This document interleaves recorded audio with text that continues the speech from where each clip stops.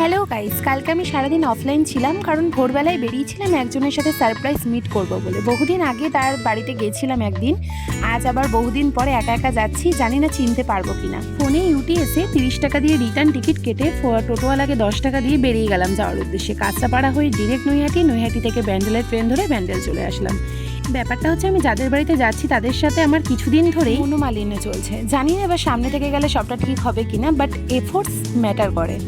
তো তার জন্য যাচ্ছি। দেখো কত দূরে এসছি সকালবেলা, মানে সেই বর্ধমান লাইনে দেবীপুর এলাকা। চিনতে পারছো? জায়গাটা অনেক গ্রাম, কিন্তু এখানের মানুষগুলো, পরিবেশগুলো খুব সুন্দর, শান্তশিষ্ট, মুগ্ধকর পরিবেশ। এক্স্যাক্টলি এই লোকেশনটায় এসছে। এই লোকেশনটার নাম আমি পরের ভিডিওতে বলবো। যাদের বাড়িতে যাচ্ছি তাদের জন্য 4-5 রকমের মিষ্টি গুছিয়ে কিনে নিলাম। আর আমি যার সাথে মিট করতে যাচ্ছি সেটা কোনো একদিন কোনো ভিডিওতে আমি দেখাবো।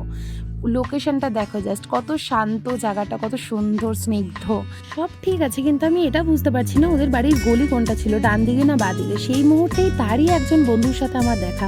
আমি বললাম আমাকে একটু ড্রপ করে দাও গো। সে স্কুটি করে আমাকে ছাড়তে এসছে, তার বাড়িতে নিয়ে যাচ্ছে।